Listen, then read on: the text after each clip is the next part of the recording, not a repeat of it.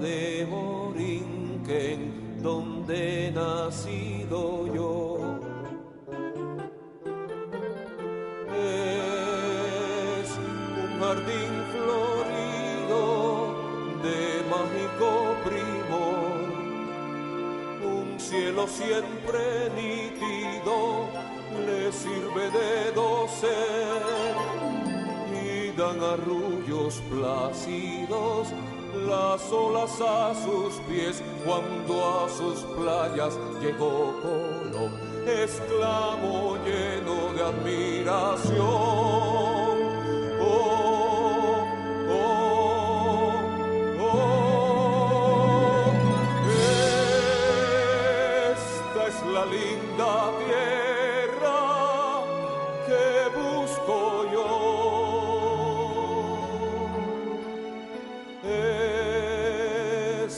Borinquen, la hija del mar y el sol, del mar y el sol, del mar y el sol, del mar y el sol, del mar y el sol.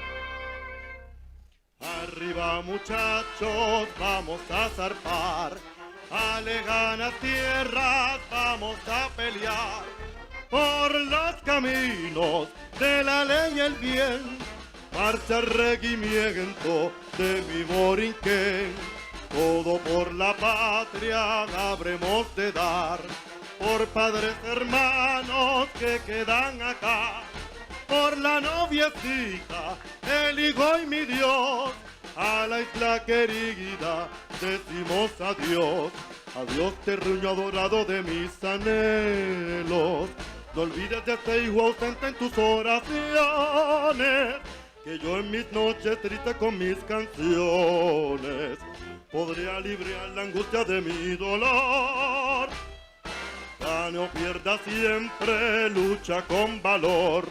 Nuestro regimiento se cubrió de honor en 1000 batallas, 100 batallas, 100.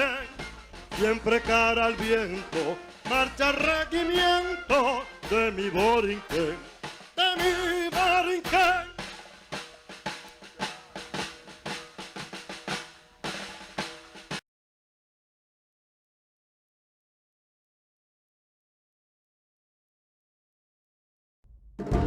Dawn, Sunday, June 25th, 1950. Soldiers of the North Korean People's Army, aided by a barrage of artillery, crossed the 38th parallel. Escalating tensions between North and South were now plunging the Korean peninsula into all-out war.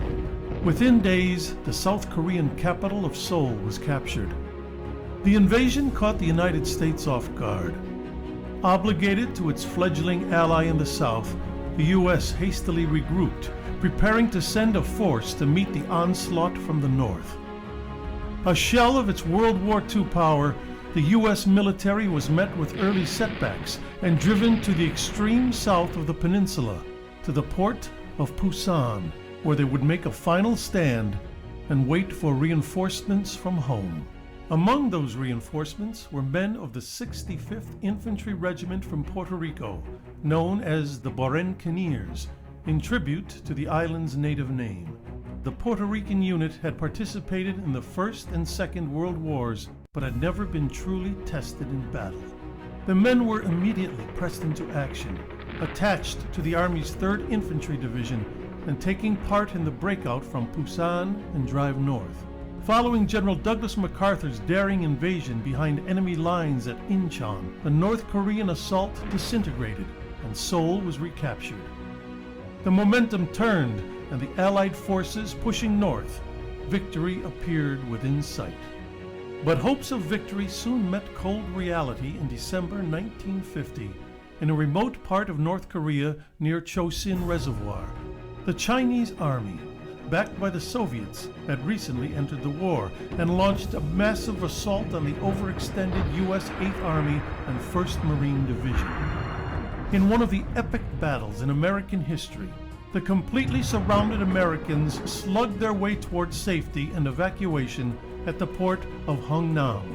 Stationed on the frozen ridgetops overlooking the port were the Barranquilleers, tasked with ensuring that the troops, along with thousands of North Korean refugees, could board the ships to safety in the south. After all other troops were evacuated, the men of the 65th finally boarded the ship south, still firing at the advancing forces approaching the pier. For their gallant defense during the Marines' escape, the 65th was awarded the Navy Unit Commendation. Soon, the Barranquilleers were back where they had started, the port of Pusan, to once again begin the long slog north. The coming months would witness intense combat. In February, men of the 65th would charge Chinese positions in the last battalion-sized bayonet charge in U.S. history. In April, when the 65th came under heavy attack, Master Sergeant Juan Negron single-handedly held off the onslaught for hours, despite being wounded, until a counterattack could be organized. Originally given the Distinguished Service Cross, Negron would eventually be posthumously awarded the Medal of Honor on March 18, 2014. The 65th would continue to see combat throughout the Korean War, and after decades of honorable service, was desegregated in March 1953. Following the intense Battle of Outpost Harry, the men of the 65th returned home and the unit was deactivated. Nearly 600 men had been killed and 2,100 wounded, making the Korean War the bloodiest conflict in Puerto Rican history. Like the legendary Tuskegee Airmen and Navajo Code Talkers, the Barranquilleers proved through countless acts of valor that Latin Americans were just as able as their fellow soldiers across the U.S. Army.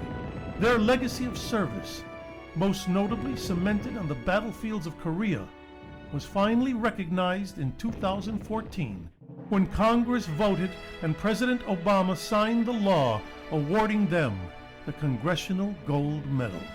Please welcome veterans of the 65th Infantry Regiment from the Korean War, the Barranquilleers.